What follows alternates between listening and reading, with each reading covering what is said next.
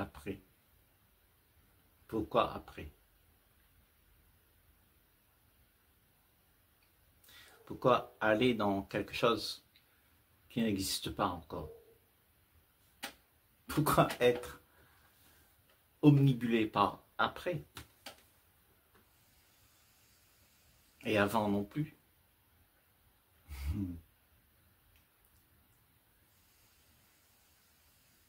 Il y a une présence là maintenant. Et s'il n'y a pas cette présence, alors il y a juste après ou avant. Et cette présence, c'est ce que tu es.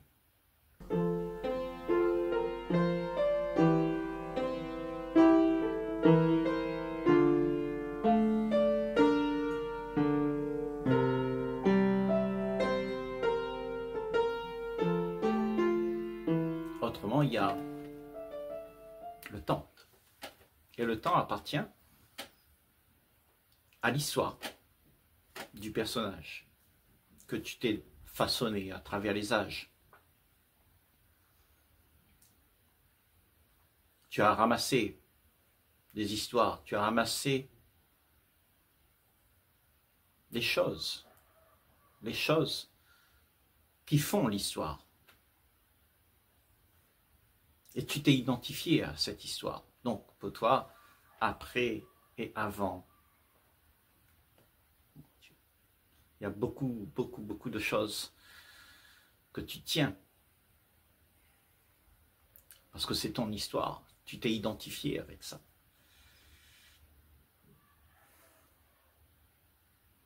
Mais maintenant, là, quand tu es présent, tu peux voir l'histoire, tu peux voir la futilité de l'histoire. Parce que la présence permet d'avoir un regard sur le monde du temps qui se déroule. Cette présence peut voir, parce qu'elle est tout le temps présente. Si tu es omnibulé par le temps, cette présence ne peut pas exister. Il y aura celui qui est identifié à l'histoire. Donc, l'histoire se passe, puisque le temps passe. Mais ce que tu es ne passe pas. Tu es là. Et tu es celui qui crée l'ordre dans l'histoire. Parce que l'histoire, quand tu la vois, elle est désordonnée parce que ce que tu fais, c'est que quand tu es identifié à l'histoire, tu joues dedans pour essayer de la mettre à ton goût, faire en sorte que l'histoire soit belle, quoi. Une belle vie, quoi. Une belle réussite. Celui qui a arrivé au bout, au paroxysme de son envie, de son désir. C'est ça que tu veux. Tu veux faire de l'histoire quelque chose qui te donne de la satisfaction, quoi. Mais cette identification à l'histoire que tu as de toi-même fait en sorte qu'il n'y a pas de présence, en fait. Il y a juste l'histoire. Et l'histoire se déroule. C'est mécanique.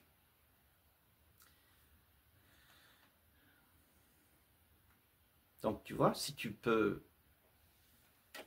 laisser l'histoire passer, ne pas t'embobiner dedans, t'enrôler dans l'histoire, alors tu es présent. Et la présence, en fait, c'est l'ordre. C'est une perception qui vient de la source même de l'existence. Et là, tout est en ordre. Il n'y a pas de passé, de présent, de futur. Tout est là. Et tout est là, ordonné, puisque rien n'est divisé par le temps. Parce que le temps divise. Le temps, c'est la pensée. Elle divise la pensée. Elle dit ça c'est bien, ça c'est pas bien. Mais là, dans ce havre où la source coule, c'est-à-dire où la vie se manifeste, il y a ce que tu es. Tu es présent, là. Et cette présence n'attend rien, puisqu'il n'est pas dans le temps. Il ne veut rien. Il ne demande rien. Il laisse les choses être, puisqu'il est l'ordre. Il est ordonné. Et cette présence, justement, a un impact dans le monde.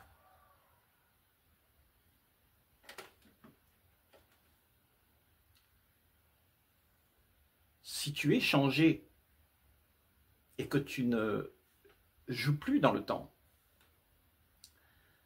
alors c'est ce que tu seras. Tu seras la présence qui a un impact sur ce qui se passe. La vie change tout. La vie ne laisse rien se stagner dans le temps, puisque le temps n'existe pas. La vie, c'est la seule chose qu'il y a. Donc, si la vie, elle est là, cet ordre, cette présence, si elle est là, tout se transforme. Parce que la vie, c'est un changement perpétuel, constant, renouveau, qui ne cesse jamais d'étonner. Parce que c'est tout le temps neuf. C'est tout le temps en train d'être vivifié, vivifiant. Il y a là une démarche qui appartient à la vie elle-même, c'est-à-dire ce que la vie elle est, cet ordre, elle s'expand dans tout l'univers. Et tout l'univers, c'est tout ce que nous avons. Donc, tu prends conscience de ce qu'il y a, et tu prends conscience aussi du désordre. Que l'homme, dans son envie d'être quelqu'un, d'avoir une histoire, de se réfugier dans sa petite bulle, n'est pas quelque chose de vrai. Seule la vie est là. Et quand tu es là, toutes ces choses qui sont faites, ces choses incongrues, ces divisions, ces séparations, cet isolement que tu fais quand tu te méfies, quand tu divises, quand tu compares, tout ça n'a pas lieu d'être, puisque ça n'existe pas. Parce que la vie remet l'ordre dedans. Donc il est important que tu sois présent pour que tu puisses, toi, rester intègre dans ton esprit, pour ne pas te faire embarquer avec des histoires, parce que les histoires vont t'embarquer. Et tu auras envie d'une histoire pour que tu puisses exister dans l'histoire. Parce que, en tant que vie, en tant que présence, il n'y a personne. Il n'y a pas moi, il n'y a pas toi, il n'y a personne. Il y a juste la vie. Et la vie, c'est une perception. C'est une perception surtout. Quand tu arrives à regarder le monde autour de toi de cette manière, sans juger, sans dire que c'est bien ou c'est pas bien, tu arrives à voir, à percevoir ce qui se joue, sans te raconter d'histoire sur ce qui se joue. Parce que si tu te racontes une histoire sur ce qui se joue, tu n'es plus présent pour voir, pour percevoir. Seule la présence qui perçoit a le pouvoir de s'imposer. Il s'impose surtout parce que il est le sacré, la vérité, et il détruit tout ce qui n'est pas vrai. Tous les mensonges que tu t'es racontés seront anéantis dans la présence de cette perception qui voit tout.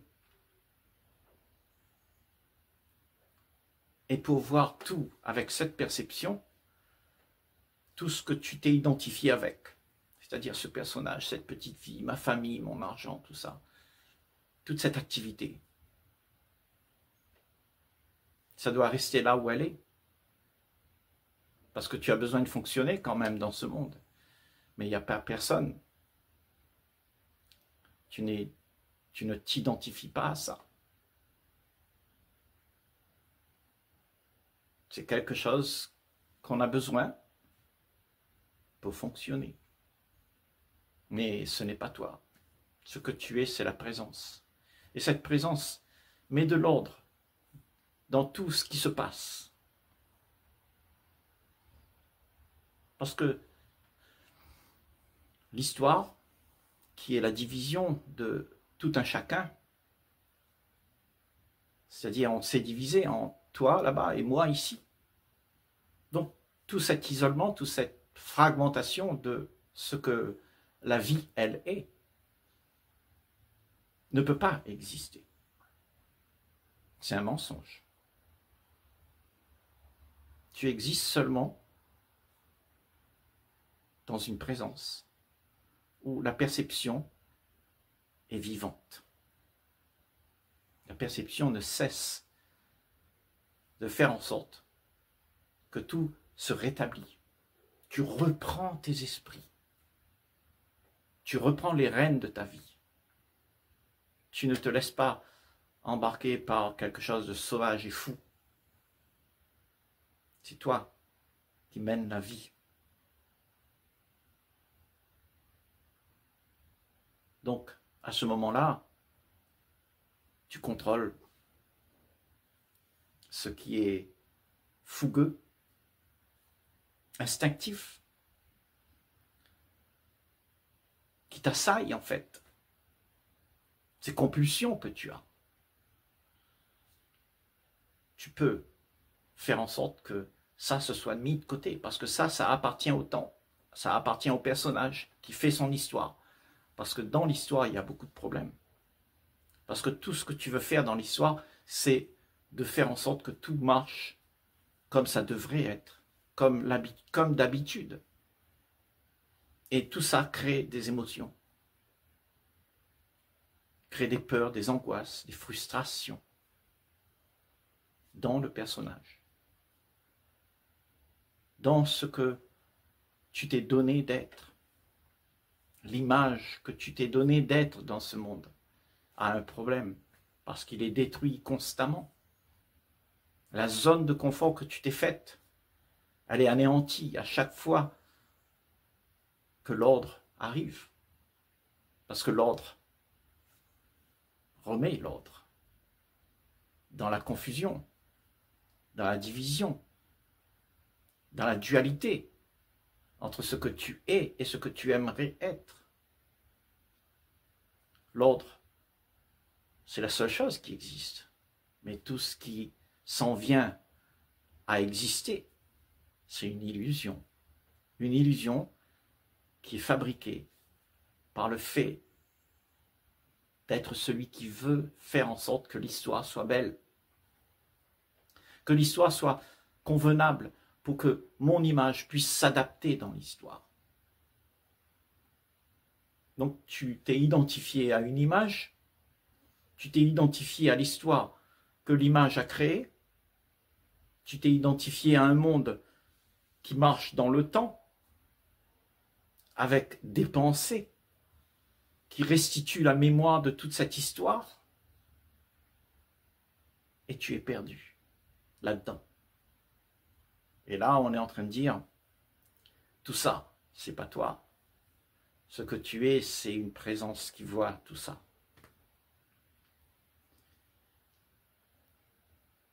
Tu te retires de tout ce brouhaha, ça veut dire que tu trouves la paix. Et dans cette paix, dans ce silence, loin du brouhaha de la pensée, émerge la présence. La présence ne peut pas exister dans le désordre, puisque elle est l'ordre parfait. Donc, à chaque fois qu'elle est là, elle remet toutes les pendules à l'heure.